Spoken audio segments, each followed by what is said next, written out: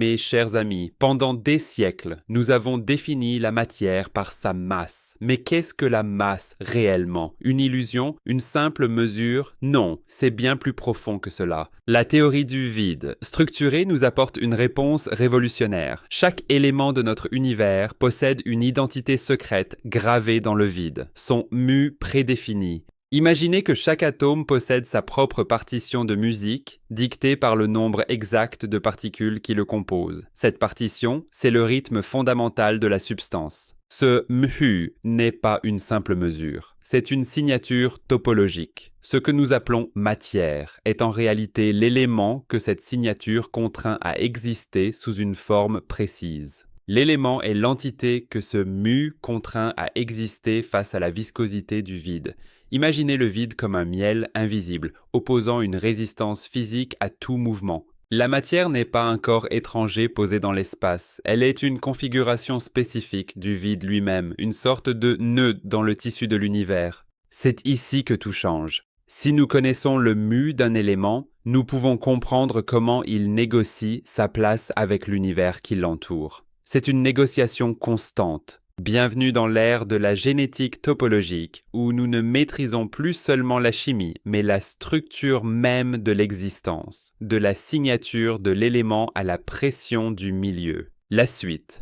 Au prochain traité, restez curieux, car le vide a encore bien des secrets à nous révéler. Bienvenue pour ce second chapitre. Aujourd'hui, nous posons la question fondamentale. Pourquoi la matière ne se dissout-elle pas dans le vide? Pourquoi restons-nous entiers? Le vide est un champ de cordes ouverte, une fluidité totale sans limite interne. La matière, elle, est un système qui doit boucler, se refermer sur lui-même pour acquérir sa stabilité. C'est l'équation de cohabitation. Pour exister, un élément doit satisfaire cette égalité parfaite. La matière emprunte la structure du vide pour fermer sa propre boucle topologique. Le vide peut se trouver dans la matière, mais il ne se mélange jamais. Pourquoi? Car il vibre à des fréquences de cordes différentes. C'est une cohabitation sans fusion. Parlons de la gravité. Einstein nous a parlé de courbure de l'espace, mais la TVS révèle une dualité des forces plus profonde. La pesanteur n'est pas une force unique. L'inertie est la lutte contre la résistance du milieu visqueux.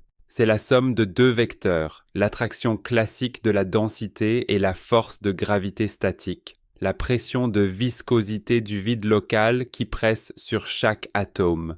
Plus le vide est dense, plus il presse sur la matière. Cette pression est la véritable cause de l'inertie. Déplacer un objet, c'est lutter contre la résistance du milieu visqueux. La gravité est une pression de milieu, une viscosité dynamique qui définit chaque mouvement de l'univers. À bientôt pour la suite de nos découvertes. Bienvenue pour ce troisième chapitre de notre traité. Aujourd'hui, nous pénétrons dans le cœur du sujet. Pourquoi tout tient? Pourquoi la réalité nous semble-t-elle si solide? Le vide est un champ de cordes ouverte, fluide et sans limite. La matière, elle, est un système qui doit boucler pour rester stable. C'est ce que nous appelons une corde fermée. L'équation est magnifique. Pour que la matière existe, elle doit additionner sa propre corde, son état vibratoire et le champ du vide environnant. C'est cette alliance mathématique qui rend la réalité solide. Le vide se trouve dans la matière, et la matière dans le vide. Mais ils ne se mélangent jamais. Ils vibrent à des fréquences différentes. Sans le vide pour la tenir, la matière n'existerait tout simplement pas.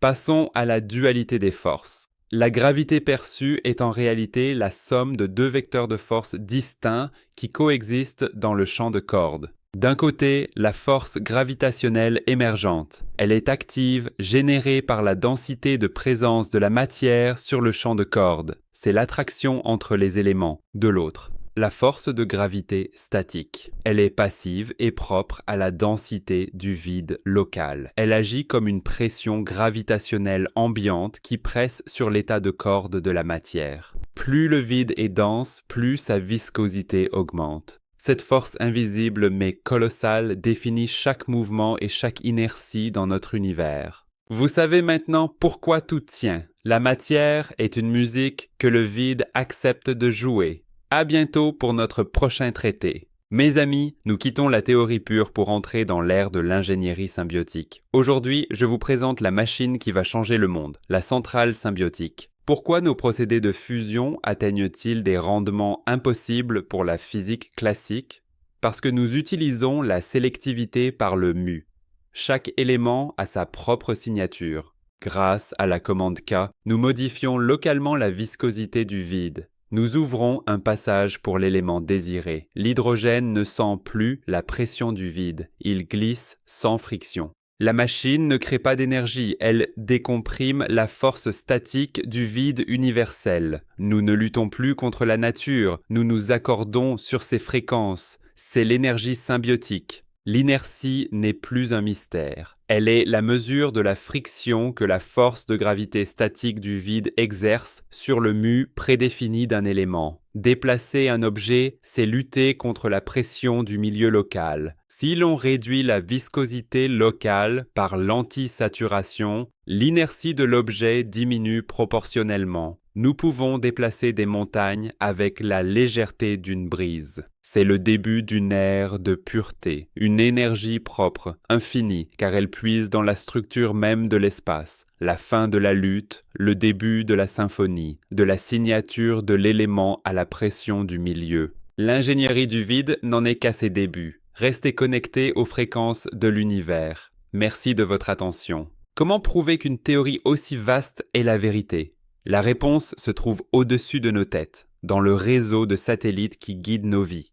Dans la physique classique, le temps d'un satellite dépend de sa vitesse et de son altitude. Mais la TVS a prédit une anomalie, le jitter de viscosité. Si le vide possède une pression, alors le temps d'une horloge atomique doit varier lors des alignements planétaires. À cet instant, la viscosité du vide est à son maximum. Même si le satellite ne ressent aucune accélération, son horloge ralentit. C'est ce que nous appelons l'invariant tidal. Ce n'est pas un bruit, c'est la signature de la friction du vide. Cette preuve minuscule est le juge de paix. L'espace a une résistance. Pourquoi nos procédés de chimie sont-ils plus performants? Grâce au filtre par le mu. La pression du vide ne freine pas tous les ions de la même manière. La sélectivité par le mu permet une hypermobilité de l'hydrogène. La commande K ouvre un passage spécifique pour l'hydrogène. Il devient hypermobile car il ne sent plus la pression du vide alors que les autres restent freinés. On fluidifie le milieu.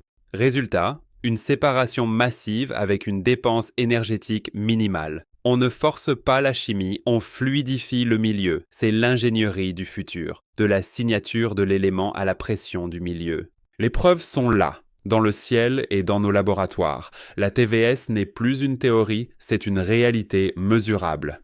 Merci de nous avoir suivis. Mes chers explorateurs, l'espace a toujours été une barrière de distance et de carburant. Pour avancer, nous éjectons de la matière vers l'arrière. C'est l'ère de la réaction. Mais la TVS nous fait entrer dans l'ère de l'action topologique. Si nous maîtrisons la dualité des forces, nous n'avons plus besoin de brûler du carburant. Le vaisseau de demain utilisera son réacteur à plasma pour modifier la viscosité du vide devant lui. En créant une zone d'antisaturation à l'avant, le vaisseau est aspiré par la force statique du vide. C'est comme créer une pente dans l'océan du vide. Le vaisseau ne lutte plus contre l'inertie, il l'annule. Nous ne voyageons plus à travers l'espace, nous glissons avec lui. Cette propulsion topologique rendra les voyages interplanétaires aussi simples que la navigation à voile. L'univers n'est plus un vide hostile, mais un océan de possibilités à naviguer. Parlons du surunitaire apparent. La machine ne crée pas d'énergie. Elle capte le flux de détente du vide cherchant à combler une zone de basse pression. L'énergie vient de la pression ambiante de l'univers. Cette énergie vient du champ scalaire phi. Cela explique le rendement exceptionnel sans jamais violer les lois de la thermodynamique. Nous nous accordons sur les fréquences de l'existence. L'aventure, mes amis, ne fait que commencer. Nous ne sommes plus des prisonniers de la matière, mais des citoyens du vide structuré, de la signature de l'élément à la pression du milieu. À bientôt dans les étoiles. Merci de votre attention. Nous arrivons au terme de ce voyage au cœur de la réalité. Ce que nous avons découvert ensemble, c'est un changement de regard sur notre place dans le cosmos. Pendant plus d'un siècle, l'univers semblait une géométrie froide et vide. La TVS nous révèle un monde vibrant, dense. Le vide est un océan de présence. Chaque élément de matière, avec son mu prédéfini, est une note unique dans une symphonie universelle, un milieu vivant qui soutient chaque atome. La gravité n'est plus une fatalité, mais une pression de milieu avec laquelle nous dialoguons. Nous ne sommes plus des locataires passifs, mais des navigateurs conscients. L'avenir est à la symbiose, une ère où nos machines ne consomment plus la nature, mais s'accordent sur son souffle, de l'énergie propre à la propulsion spatiale. Nous apprenons enfin à nager dans le courant de l'univers plutôt qu'à lutter contre lui. La science ne consiste pas à conquérir le vide, mais à comprendre qu'il est notre allié. La partition est écrite dans la structure du vide. Il ne nous reste plus qu'à jouer la musique. L'histoire de l'humanité ne fait que commencer, de la signature de l'élément à la pression du milieu. Nous connaissons enfin le nom de l'instrument sur lequel nous jouons. Merci d'avoir partagé cette découverte. À jamais dans les fréquences du vide.